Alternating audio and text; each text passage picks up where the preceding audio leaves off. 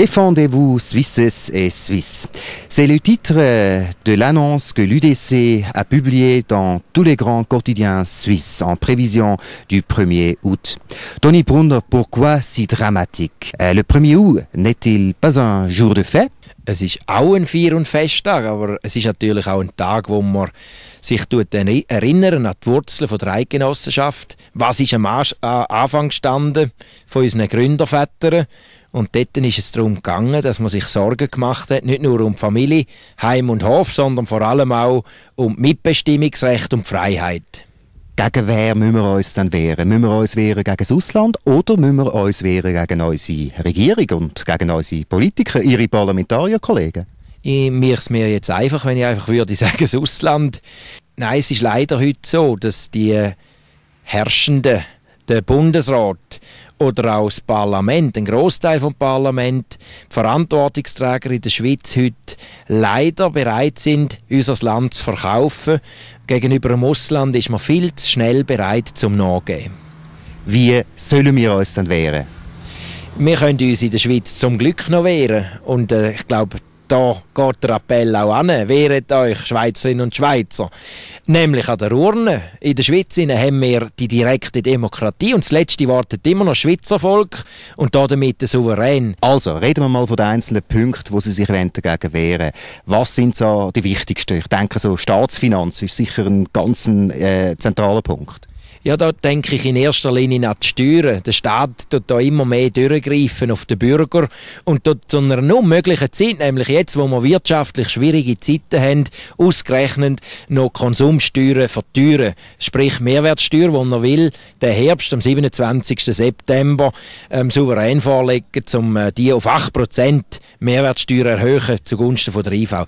Damit tut man den Konsum abwürgen, damit tut man auch eigentlich Gift für eine Konjunktur oder für einen Aufschwung in die Volkswirtschaft streuen. Aber die IV, das ist Stichwort, unsere Sozialversicherungen, das ist so ein weiterer ganz grosser Knackpunkt im Moment bei uns in der Schweiz. Man will die IV mit dem retten, wir müssen etwas machen mit unseren Sozialwerken. Wie soll es denn da weitergehen? Wie können wir uns da wehren? Ja, die Sozialwerke werden leider immer noch weiter ausbauen und das Übel wird nicht an den Wurzeln gepackt. Wie bei der IV, wo es eine strukturelle Reform bräuchte, dort man einfach mit mehr Geld, das man über die Mehrwertsteuer einholen will, bei den Leuten wird man die IV jetzt praktisch ein bisschen zudecken mit neuem Geld und die Sanierung nicht angehen. Wir müssen schauen, dass der Missbrauch in diesem Sozialwerk endlich aufhört. Und der Missbrauch, der ist latent vorhanden, das kann man auch beweisen. Missbrauch, Stichwort für das nächste Thema, Asyl- und Ausländerpolitik. Da sagen Sie auch, da wird viel zu viel Missbrauch betrieben. Ja, seit 2008 werden vor allem wieder Zügel schleifen gelassen. Wir haben gegenüber unseren benachbarten Ländern viel höhere Zunahme prozentual an der Bevölkerung an Asylgesuchen. Wir haben durchaus jetzt nur noch eine Verwaltung vom Problem und nicht mehr eine Abschreckung von Wirtschaftsflüchtlinge. Das sind Asylbewerber, die an sich gerne nicht einen Grund hätten, um hier ein Gesuch zu stellen, die aber gleich aufgenommen werden und auf Gemeinden verteilt werden. Und das Problem wird auch hier mit Geld zugedeckt, indem man nämlich einfach Asylbewerber aufs Land verteilt und den Kantonen und Gemeinden noch Geld dafür gibt. Aber das Problem wird nicht gelöst. Und nebst dem Asylproblem kommt jetzt, und das latent, ein unkontrolliertes Einwanderungsproblem dazu. Da haben wir über Personenfreizügigkeit zwar ein Aspekt, aber jetzt haben wir gerade wieder einen Entscheid vom Bundesverwaltungsgericht, wo sogar noch will den Familiennachzug auch für Einzelne erleichtern.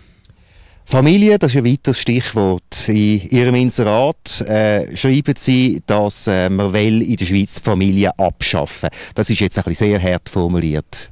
Ja, der Staat wird immer mehr eingreifen in die Eigenverantwortung der Familien und will so gerne noch lenken, wie man soll eine Familie gestalten. Man will nämlich Kinder immer früher noch wegnehmen, nicht nur über Harmos, indem man mit 4 Jahren schon alle Kinder in die Schule schicken soll, sondern jetzt will man noch alle die begünstigen, einseitig, die familienexterne Kinderbetreuung in Anspruch nehmen.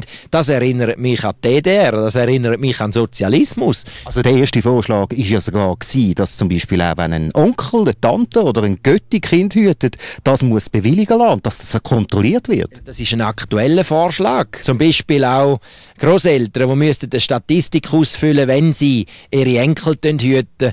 Aber auch das ist absolut ein Durchgriff, den wir so nicht gutheissen von der SVP. Wenn man ein bisschen im Land rumhört, in der Bevölkerung rumhört, auf der Straße rumhört, dann hat man den Eindruck, dass sich die Leute weniger sicher fühlen als auch schon. Egal, ob das gerechtfertigt ist oder nicht, man muss das Gefühl sicher ernst nehmen. Was ist da Ihre Antwort? Ja, es ist nicht einfach ein Gefühl, wo man ist, sondern brutale Übergriffe nehmen zu. Die Jugendkriminalität ist vorhanden und die Brutalität von der einzelnen Taten, Körperverletzungen oder bis hin zum Mord und Totschlag, das nimmt zu.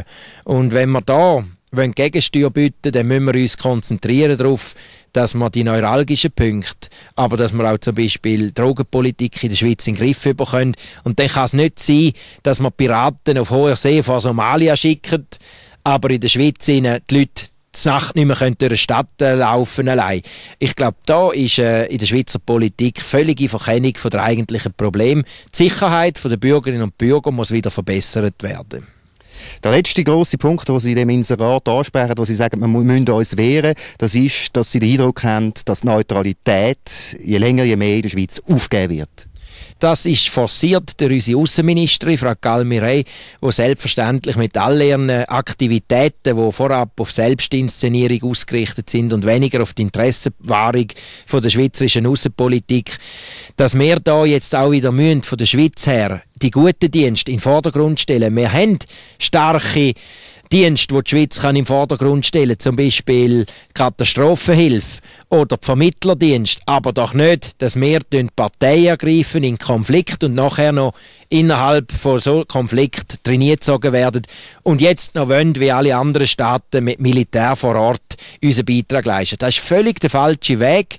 Das ist nicht der Weg von einer neutralen Schweiz. Das macht uns im Ausland abhängiger.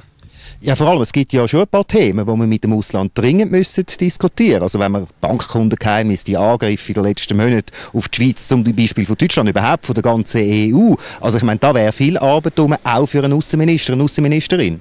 Ja, auf dieser Ebene tut sie sich ja nicht hervor. Aber die Außenpolitik ist ja eine Interessenpolitik für die Schweiz. Nur so wird sie leider nicht immer wahrgenommen. Und man hat gerade die letzten Jahre in der Regierung versäumt, eine Allianz aufzubauen zur Bewahrung des Bankkundengeheimnisses. Und die SVP wird sich dafür einsetzen, dass das Bankkundengeheimnis, aber auch der Finanzplatz Schweiz gestärkt werden und nicht abgeschafft werden. Das klingt jetzt wirklich sehr dramatisch, was Sie da zum 1. August erzählen, aber Hand aufs Herz. Also ich meine, der 1. August ist auch ein Viertag, ein Freudentag. Gibt es nicht auch etwas zum Feiern? Natürlich gibt es einen Grund, um den 1. August zu feiern. Es ist ja unser Festtag und selbstverständlich müssen wir unsere Direktdemokratie, den Föderalismus, unsere Selbstverantwortung, die wir in der Schweiz hochhalten, auch feiern. Aber wir müssen diesen Wert Sorge tragen. Wenn wir das nicht machen, dann nachher haben wir am 1. August schon bald nichts mehr zu feiern.